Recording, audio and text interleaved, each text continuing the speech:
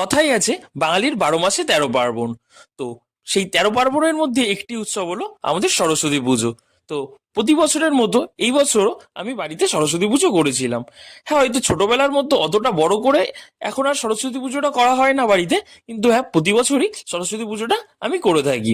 তো আমাদের বাড়িতে অন্যান্য পুজোগুলোর যেমন দায়িত্ব মা বা বাবার থাকে, কিন্তু এই সরস্বতী পুজোর পুরো দায়িত্বটা থাকে আমার। তো এই বছরও তার অন্যথা কিছু হয়নি। আমিও পুরো সরস্বতী পুজোটা অ্যারেঞ্জমেন্ট করেছিলাম।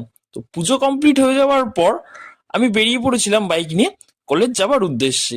তো কিছু দূর বাইক নিয়ে যাবার পরেই দেখলাম আমাদের 1 নম্বর গেটে এতটা জ্যাম যে অন্যান্য বার জ্যামটা স্টার্ট হয় 2 নম্বর গেট থেকে, কিন্তু এইবার দেখি 1 নম্বর গেটেই জ্যাম স্টার্ট হয়ে গেছে।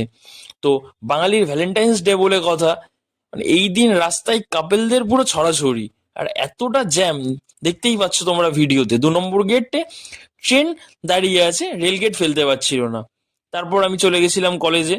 তো কলেজে প্রতি বছরের মতো এই বছরও প্রোগ্রাম হচ্ছিল, ভীষণ নাচানাচি আনন্দ মজা হচ্ছিল। তার উপর তো এই বছর আবার উপরি পাওনা ছিল আমাদের কলেজের যে ফেস্টটা হয় প্রতি বছর, সেটাও সরস্বতী পুজোর দিনেই করে দিয়েছিল এবার। তো কলেজের প্রোগ্রাম কমপ্লিট হয়ে গেলে সন্ধ্যাবেলা আমি আমার বন্ধুর বাইক নিয়ে আবার একটু চা খেতে বেরিয়ে গেছিলাম। তোমাদের সাথে দেখা হবে আবার নেক্সট ব্লগে। তোমরা যারা যারা আমার চ্যানেলটা সাবস্ক্রাইব করোনি, চ্যানেলটা সাবস্ক্রাইব করে দিও। টাটা।